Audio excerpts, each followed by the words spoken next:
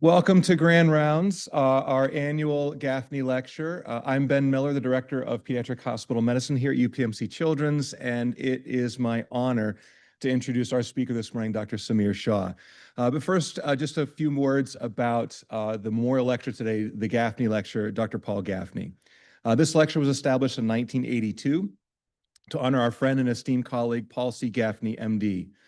Paul died May 14th, 1999, due to complications from heart surgery. Paul's absence is still deeply felt on a daily basis by many at UPMC Children's Hospital of Pittsburgh. Paul was known as the pediatrician's pediatrician. Since his days as a resident at Children's Hospital, Paul was and continues to be a source of inspiration to all of us. Paul received the Philip S. Hench Distinguished Alumnus Award and was selected Man of the Year in Medicine by the Pittsburgh Academy of Medicine. He was also a three-time winner of the Golden Apple Award for excellence as a teacher. In addition to these and many other accomplishments, Paul was first and foremost a clinician, teacher, and respected consultant to us all. In recognition of his service and leadership for so many years, this lecture and the visiting professorship has been established by his colleagues. We are honored today to have Dr. Sair Shah as this year's Gaffney Lecturer. Sair Shah is Vice Chair of Clinical Affairs and Education at Cincinnati Children's Hospital, where he also holds the Research Foundation Endowed Chair. He is also Professor of Pediatrics at the University of Cincinnati College of Medicine. Previously was the inaugural Director of the Division of Hospital Medicine at Cincinnati Children's Hospital. Dr. Shah attended medical school at Yale University School of Medicine and completed a pediatric residency as well as fellowships in pediatric infectious diseases and academic general pediatrics at the Children's Hospital of Philadelphia. Dr. Shah serves as editor-in-chief of the Journal of Hospital Medicine, as editor or co-editor of 12 books, and as co-author of over 400 peer-reviewed research publications and over 200 chapters, reviews, and commentaries. He also co-created the Sanford Guide to Pediatric Acute Care app, which is an extension of the first pediatric hospitalist handbook, the Philadelphia Guide, Inpatient Pediatrics, originally published in 2005. His research focuses on improving the efficiency and effectiveness of care for hospitalized children with emphasis on common serious infections. He has developed methods to describe, understand, and reduce variation in care. His cultivation of rigorous research methods and development of the pipeline of academic hospitalists were instrumental to building pediatric hospital medicine into an academic discipline. These efforts led to his selection in 2019 as a Master in Hospital Medicine, the Society of Hospital Medicine's highest honor. He has also received awards for excellence in research from the Academic Pediatric Association, the American Academy of Pediatrics, the Pediatric Infectious Disease Society, and the Society of Hospital Medicine. If there were a Mount Rushmore of pediatric hospital medicine, Dr. Shah's face would be prominently there. Please join me in welcoming Dr. Sair Shah.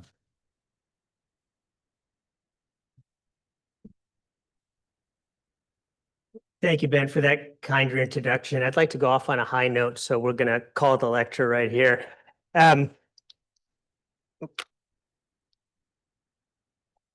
See if I can figure out how to advance the slides. There we go.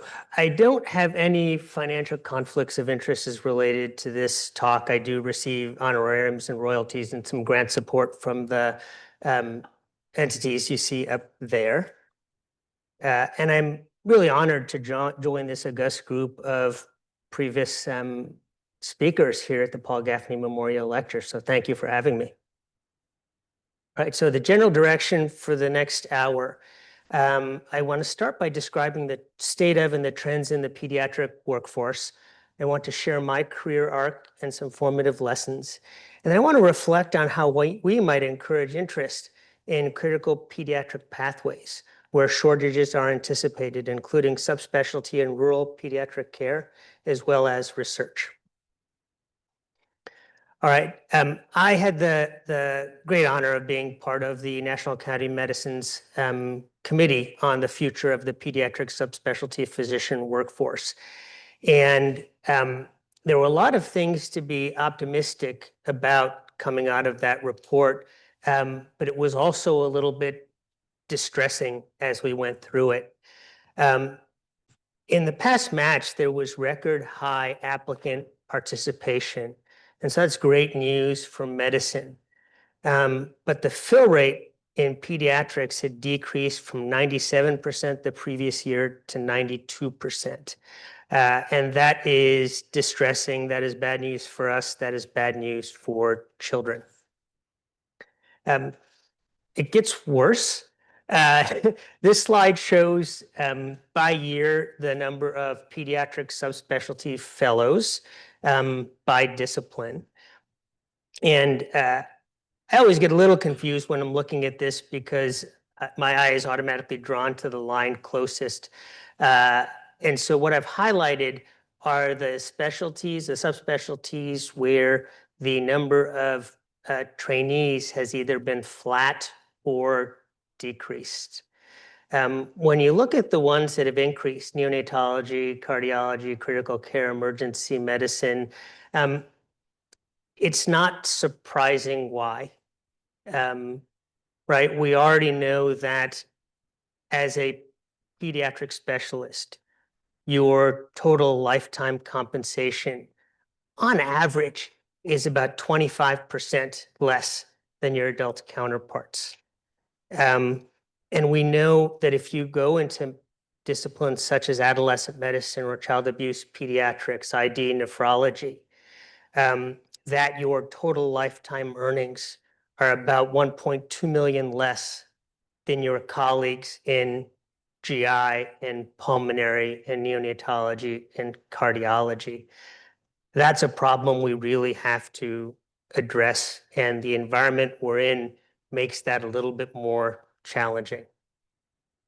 And then when you look at how do people end up in pediatric clinical care or education or research, we know that attrition happens pretty early on, and we've been able to quantify that.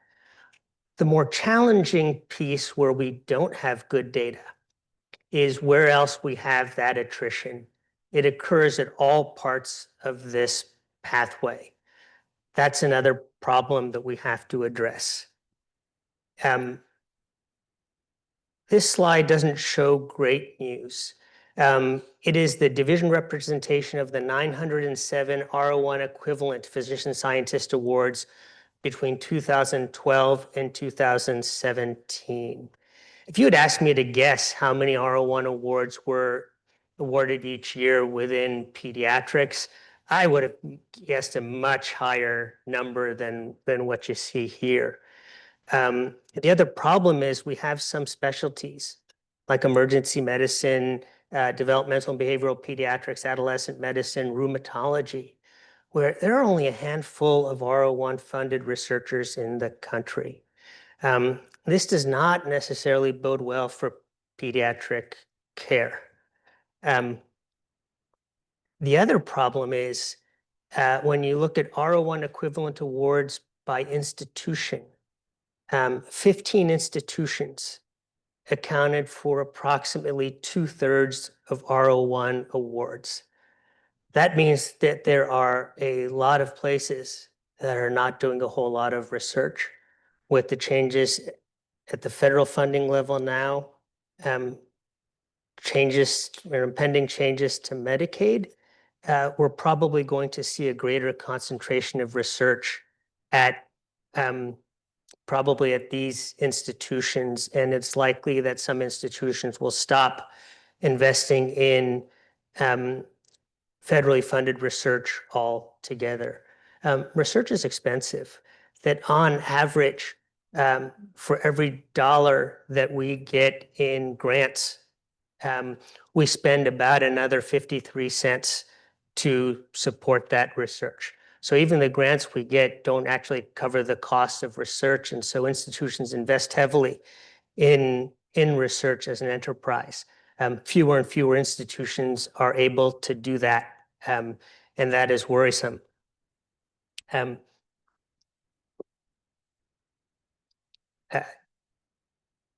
So the state of the world, the state of child health is on fire. This is an emergency, and it is really hard when it feels like most of the world is shrugging and saying, well, everyone has problems, and that can be disheartening.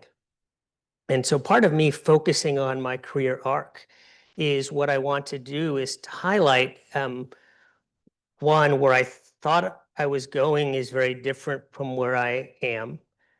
I've had a lot of great informative experiences along the way, and I've loved like 90% of every step of it, which is, I think, maybe the best we can ask for in any career. So I'd love to share that with you a little bit.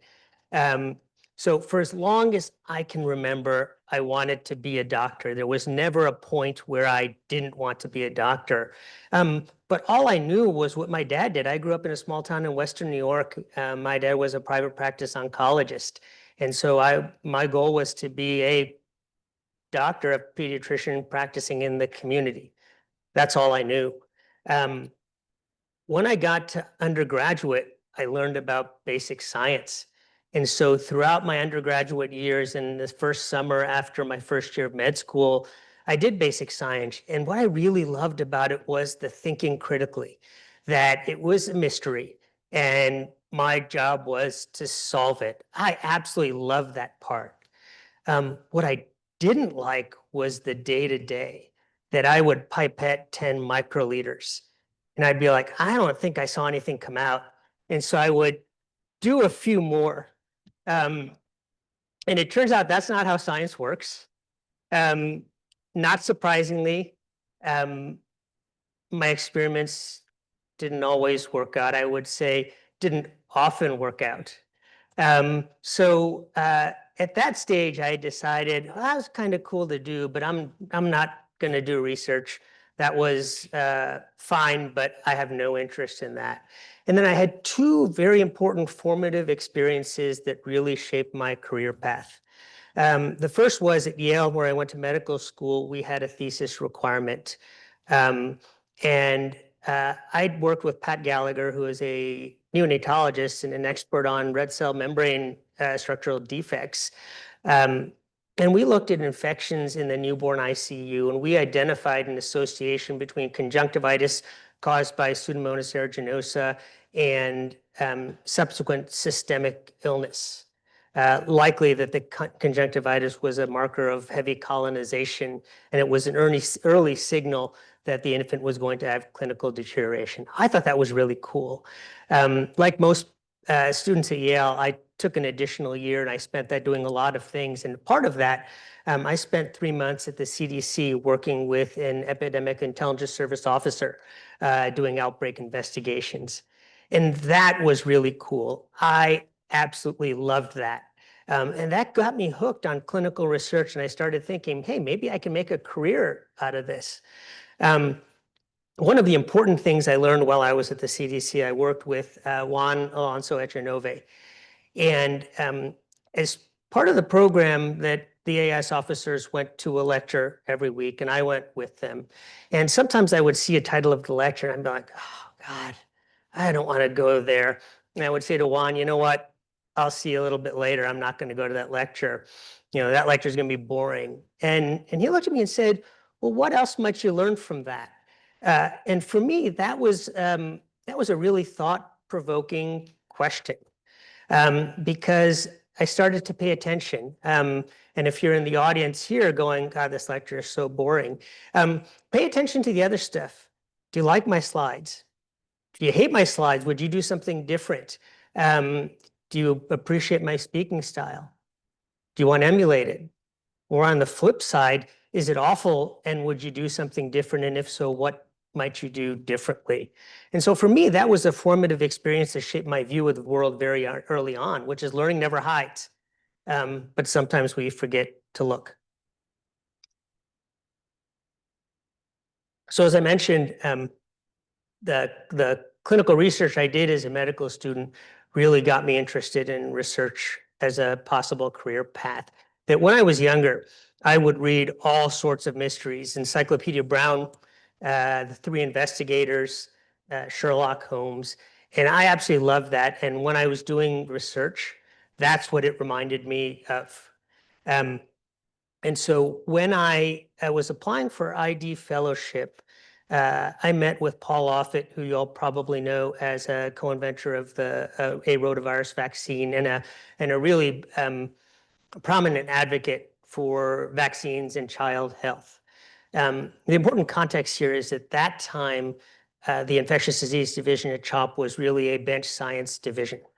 And so I met with Paul, and I told him I wanted a career in clinical research, and I knew that I needed to get some formal training in that, such as a Master of Science in Clinical Epidemiology program that they offered at Penn. And, you know, CHOP covered your first year of salary as a fellow at that time, but your second and third years, you had to find funding. Paul was worried about that, and so he asked me, he said, Samir, we really want you to stay as a fellow, but we want to make sure that if we can't find a way to pay for your epidemiology training, that you'll work in a lab. And I said, Dr. Offit, I am super flexible, but no. And we had some version of that conversation almost weekly for 2 months. And then right around the time I had to make my decision about where to do fellowship, Lou Bell, an important mentor of mine, he practiced infectious diseases, emergency medicine, and hospital medicine, became the head of general pediatrics. And he said, hey, I need a general pediatrics fellow. What if you did a combined fellowship? And if you do 4 years in that combined fellowship, together, Paul and I will pay for all of your training. And I was like, oh, that sounds like a good deal. So that's how I ended up doing a combined fellowship. And when Paul was giving me my letter to join the faculty at CHOP and Penn, he referred to my early conversations with him as a manifestation of my mission-driven chutzpah. And I thought that phrase was so wonderful. And so that's one to keep in mind. So another important lesson here is know yourself, and by extension, what's important to you. This knowledge will help you understand where you should be flexible and where you shouldn't be flexible. For me, 4 extra years or 4 years of fellowship training, not a problem. Spending another day in the lab pipetting, I just could not do. And those were some trade-offs that I thought were very reasonable for the career that I was aspiring to. I then met with Lou Bell, and you may know Lou Bell from his important work in evaluation of the febrile infant in the 80s. Lou sat me down and said, hey, we need to decide what you're going to do clinically for your academic general peds portion of your fellowship. Where do you want to do clinic? And I looked at him and I was like, clinic? I don't want to do clinic. Why would I do clinic? He very, very gently pointed out that I was doing a general pediatrics fellowship. And so maybe some clinic was warranted. And so the agreement we came to was that for a year, I would do half a day a week with Lou in our diagnostic referral clinic. You have something similar here, right? Where folks in the institution or in the community can't figure out what's going on with the patient. They would refer them to our diagnostic referral clinic. The rest of my clinical effort was all inpatient. And I liked that so much that that was really my entry into the field of hospital medicine. And hospital medicine is a really young field. There are some outliers like here where Paul Gaffney helped create the first hospitalist group practice in the country. It wasn't until 1996 where the term hospitalist was formally coined in the published literature by Bob Wachter. In 2003, the National Association of Inpatient Physicians, which was created in 1997, was renamed the Society of Hospital Medicine, and that's when the first National Pediatric Hospital Medicine meeting was held. In 2005, that was the year I graduated from fellowship, we published the Philadelphia Guide to Inpatient Pediatrics, and that was the first handbook for hospital medicine. The funny story around that is we actually designed it for the Palm Pilot, and then I had a fortuitous meeting with the publisher who said, what about a book? And we agreed to the book only if they would do a Palm Pilot version. Unfortunately, they never followed through, but about 9 months ago, we released the Sanford Guide for Pediatric Acute Care, which is an app version of the Philadelphia Guide, and we broadened the purview to include urgent care, emergency care, as well as office sick visits. The Journal of Hospital Medicine, for which I served as editor-in-chief, was created in 2006. Comprehensive Pediatric Hospital Medicine, I know a number of folks from Pittsburgh have contributed to that textbook, was first published in 2007. I have the good fortune of being co-editor-in-chief for the upcoming third edition. Hospital Pediatrics, the AAP journal for the field, wasn't created until 2011. And it wasn't until 2016 that the American Board of Medical Specialties recognized pediatric hospital medicine as a board certified specialty, and the inaugural exam followed a couple years later. So the next lesson here is to embrace uncertainty. As much as you try, you can't plan out your entire life. Even if you do, your interests, goals, opportunities, or circumstances may change. Your career will be neither linear nor predictable. When I started my training, hospital medicine didn't exist as a field, but that's a really important part of my identity now. All right. Fast forward to 2009. I'd received a couple of big grants to study pneumonia, and I was invited to Dallas by Jeff Kahn to give a lecture. And I was really, really excited. This was, I think, my first really big lecture where someone was saying, come here, I know you don't want to be recruited, but you should come anyway and take a look. And I said, okay. This was my first slide for that talk. And I'm really proud of this slide because this slide was months of work. This slide summarizes the information that I always included in the first 2 paragraphs of almost every grant related to pneumonia that I've submitted. Right? Pneumonia is common, pneumonia is bad. And so I'm really proud of this. I'm going to leave this up there so you can bask in this glory. At the end of my lecture, John Nelson stood up. And if you don't know John Nelson, he is a legend in the field of pediatric infectious diseases. His work was seminal in how we manage bone and joint infections, meningitis, pneumonia. He also, with George McCracken, co-founded the Pediatric Infectious Disease Journal. So John Nelson stands up, and I thought he was going to ask a question, so I was really nervous. And he points to me and he says, congratulations, you're very brave to study pneumonia. And I was elated. I did what any junior faculty member would do. I did my little John Nelson thinks I'm brave dance. The rest of the day, I walked around with my back a little straighter, my head a little higher. I was riding that high. And then on the flight home, I was reflecting on my day. And I was reflecting on these words, you're very brave. And these words sounded really familiar to me. And I realized I use them all the time with my children. There's usually a part of that is left unsaid, but it is strongly implied, right? You're very brave leaving that cup of juice on my laptop keyboard, right? You're very brave riding that skateboard without a helmet.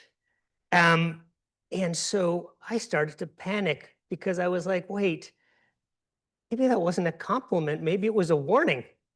And so after I landed, I started looking into the information on the first slide just to check myself because I'd wanted to study a downstream question in pneumonia. And for funders, right, I wanted to convince them to invest in me, that I was worthy of their effort from the grants and their money for my work. And when I started looking at the information, I realized what the limitations of that data were, right? Most of the data on incidents was single center or from very small pockets and then extrapolated. And if you had an outbreak, some deviation from the norm, and then you try to extrapolate that information, you could end up in a very wrong place. It's sort of how we used to estimate platelet counts, and this is for the hematologist in the crowd, right? That you would look on high power magnification in an oil immersion field, you would look for the red blood cells where they're just barely touching. You would count the platelets, and because the normal ratio of platelets to red blood cells is about 1 to 20, you would multiply that number by 20,000. And you can imagine when you do that, you can end up with numbers that are very far off from reality. And that got me thinking, and it set me on a slightly different path. I started thinking about how could we get this information at a national level. And the best way to do that was information that we collect during the normal course of patient care, what we often refer to as administrative data. And when we started looking at that, we did a series of studies that led me to update this slide in a good for children, bad for research way. But that set me on a completely different course. It got me thinking about, how can we move beyond description and to something that is ultimately informing of policy or clinical practice. So I'm going to show you a representative study that we did. So what you see here are the test types, like a complete blood count. What you see here are conditions like urinary tract infection. And then each row is data from one hospital. The darkest blue represents highest testing rates. The white represents lowest testing rates. And what's really impressive here, this is data from the Children's Hospital Association, 44 hospitals, over 132,000 hospitalizations, and we looked at 10 conditions for this study. What do you see? That the extent of testing we do for these conditions is really a hospital phenomenon, right? There are some hospitals that consistently test a lot, and there are some hospitals that test, in comparison, relatively little. And when you look at these hospitals, when you compare these hospitals, hospitals that tested less did not have longer lengths of stay. They did not have higher 7-day emergency department revisits or readmissions. Hospitals that tended to test more also tended to admit kids more. And all of this together suggests that there's a component of under-testing. And so as we started thinking about how do we get at this medical overuse and inform our practice by studies, by research, because some of these things are not high stakes, but others are. And so we looked at a study funded by the Patient-Centered Outcomes Research Institute, and Pittsburgh was a part of this team. We used administrative data to identify kids who had a discharge diagnosis code for osteomyelitis. And then we applied a series of exclusions. We identified about 6,000 kids. We identified a series of exclusions, such as if they had hardware or other things that would make them be considered not having acute hematogenous osteo. We looked at their hospital course and treatment with this information. From 6,000 kids, we were able to narrow it down to 2,500 kids. And then for those 2,500 kids, we did manual record review. And we did the manual record review to identify additional exclusions. By doing that, we ended up excluding another about 450 kids. We identified the exposure of interest. So did you go home on oral antibiotics or did you go home with a PICC line? And then we looked at outcomes over the subsequent 6 months. This was an observational study, but it was really funny that there were about, the two groups were about evenly split. And what we found at some level was not surprising, but it was really important.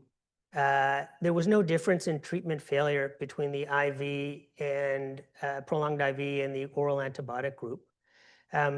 The adverse drug reactions were slightly more common in those who received IV antibiotics, probably not in a truly clinically meaningful way. But PICC complications, again, not shockingly, only happened in kids who had PICCs. And then we looked at all other treatment, adverse treatment-related events, again, substantially more common in those who received IV antibiotics. And so our conclusion was, given the magnitude and gravity of PICC-related complications, clinicians should reconsider treating otherwise healthy children with osteo with prolonged IV therapy when an effective oral alternative exists. I was part of the inaugural osteomyelitis guidelines sponsored by the Infectious Disease Society of America and the Pediatric Infectious Disease Society. And what made me feel really proud was we were able to generate evidence that served as probably largely not the sole basis, but the driving basis for the recommendation that an early transition to oral antibiotics is the right preferred strategy. Before we did this study, the most robust evidence on the potential viability of an oral treatment regimen was a case series of 50 children. And when you think about the strength of evidence from a grade perspective, what you really want are systematic reviews of randomized trials. Ideally, you have multiple randomized trials of high quality. This was one of the infrequent times that the committee made a strong recommendation around something despite the low certainty of evidence. And the low certainty of evidence was it was an observational study, so there are unmeasured confounders that we just weren't able to account for despite our best efforts. And so that really shifted in how we now manage kids with osteomyelitis. As we started thinking about oral antibiotics and osteomyelitis, we wondered, most of the other infections we see in the hospital are nowhere near as serious as bone infections. Should we be treating them with oral antibiotics as well? And so we decided to look at the magnitude of the problem, and we ended up, I'm summarizing like a year's worth of work in one slide, but we ended up coming up with two important measures of antibiotic overuse. One was opportunity days. That's days when patients received only an IV antibiotic, but they received something else by mouth that wasn't an antibiotic, because we know that for some drugs like metronidazole, we give it oral even for CNS infections. And so that was a signal that maybe that patient could have taken an oral antibiotic.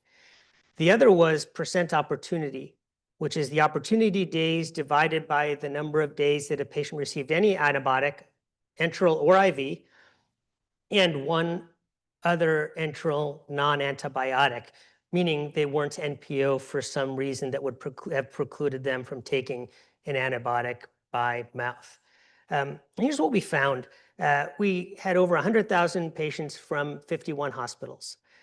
We looked at 7 infections that you see down here. This is lymphadenitis, if that one's a little bit tricky to tell. And we found the aggregate opportunity across those 51 hospitals was over 88,000 days where patients might have been fine receiving oral antibiotics. And that was 57% of all hospital days. That's a lot of hospital days for these 7 infections. When you look at it by condition, you see some differences. A condition like community-acquired pneumonia, the percent opportunity is actually relatively small in the scheme of things, and that's because the hospitalizations are so short, but the aggregate opportunity is high, and that's because we see a lot of pneumonia. Whereas something like bone or joint infections, where the percent opportunity is high, these kids stay in the hospital as we're waiting for their markers of inflammation to come down for some symptomatic improvement. But the aggregate opportunity was low, and that's because these infections in the scheme of things are relatively uncommon. When you look at it across hospital, you see that same phenomenon I mentioned. So when you get to the darkest orange, this is a really high percent opportunity. The green is a really low percent opportunity. Each column here is data from one hospital. And again, you see the same thing. There are hospitals that tend to use antibiotics IV for a long time, don't make that switch. And there are hospitals that are pretty aggressive in making that switch. Of course, there's variability by condition as well. And that's, again, that's not surprising by any means. And so how do you take something like this and translate it into meaningful action? We created achievable benchmarks of care and have created a national pediatric hospital medicine report card that is distributed through the Children's Hospital Association. We're recalibrating some of these definitions to streamline them a little bit. And there's a statistical methodology where you take the top performing hospitals and you identify what sort of practice is possible or attainable, right? Your goal is never 100% or 0%, but it's what's actually realistic, given that there are situations where you should be or should not be doing certain things. In our groups, the achievable benchmarks of care were represented from 2 to 6 hospitals, and that depended on the hospital performance. Hospitals should be receiving these report cards now. If not, we may have put a pause on them as we're doing the recalibration. But what we share is what is your hospital performance, and this is the opportunity to transition from IV to oral antibiotics for osteomyelitis as an example. So there's high percent opportunity. Where are the other hospitals? The 25th to 75th percentiles are also pretty high up, but the achievable benchmark of care is 54%. And so that's a reasonable measure to shoot for. If you're at 55%, right, you're probably good. You need to work on it, but that's not where I would invest most of my resources. So in contrast to ordered rankings like US News, the goal is just to do better and to collaborate with your peers to do better. We have benchmarks for 13 conditions. There are 125 measures overall. And we have, for 6 of these conditions, we were able to create an aggregate measure of overuse. And what I've shown here is for bronchiolitis, where the achievable benchmark of care is 51%, meaning that a lot of kids receive over testing. You could probably decrease wherever you are down to 51%, meaning 51% or 49% of your kids would not receive any medical overuse. And the goal of this work is to spawn these large national collaborative efforts. As an organization, you can decide where you need to focus your efforts and identify other institutions who may be interested in focusing on those same efforts, as well as institutions who are performing as part of the achievable benchmarks of care to learn a little bit more about what they do and what you might do. The goal is to share knowledge, share it widely. This is not a competitive space. This is a really important collaborative space. So the lesson here is be brave. Your work may disrupt the status quo. Your ability to improve child health depends on your willingness to engage in debate, acknowledge uncertainty, and pursue truth through science. All right, so I've shared 4 lessons with you. Where do we go from here? And for the attending physicians in the room, my call to action is you've all gotten here by different paths. There are things you've absolutely loved, and there are things you did not like. And sharing those stories with the trainees who come through here are really important, because those stories are the most important reason why those who wanted to go into pediatrics have chosen pediatrics as a field. For trainees, this includes medical students, ask the people you work with why they ended up where they are. How did they get there? I guarantee that most people had one vision when they were coming out of med school and ended up in a very different place that they're thrilled with. And understanding those career paths can be really, really informative. So I just want to give you one thought for closing. A couple of years ago, when I was named to that, a friend brought me a cake. And I was like, what is this cake for? I was a little bit worried that I had missed something important. And they were celebrating my appointment to the National Academy of Medicine committee. And I was really embarrassed because I had just been like, yeah, this is great, I'm excited. And then I just went about my day. And there's a lesson to be learned here, and that's for my daughter, who was 2.5 at the time, and she was learning to toilet train. And to help her, we provide an incentive, 1 or 2 Skittles, depending on what transpired. And one day, as I left the bathroom, my daughter came running after me, shaking the container of Skittles, going, "Dad, Dad, you forgot your Skittles." And I was like, I don't want anything. And then I paused for a moment. I was like, why not? And so I accepted those Skittles. And the lesson there is that right, there are lots of things that are positive right now. And it's really important, probably more now than ever, to celebrate those things, no matter how seemingly small. And so there are a few things you can do, right? Make that progress visible. Every week, write down one meaningful step you or your team has moved forward or accomplished.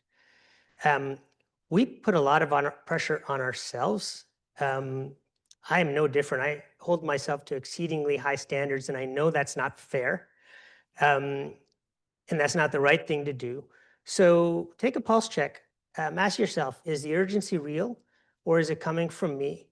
And let that answer guide your pacing on a particular initiative. And the last is celebrate intentionally.